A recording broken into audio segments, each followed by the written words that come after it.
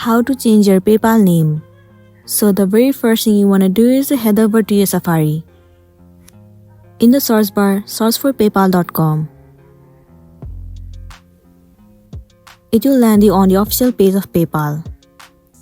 You need to make sure that you are logged into a specific account. Once you are logged in, tap on this three horizontal line at the top left corner. Tap on this gear icon. It will land you on this interface. The option of change name will be visible to you. Click on it.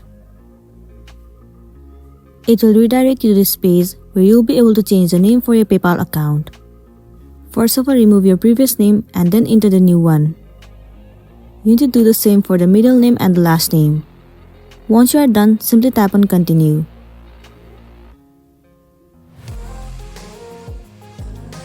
Now it will ask you for the government issued photo ID. You need to upload the picture and then click on submit.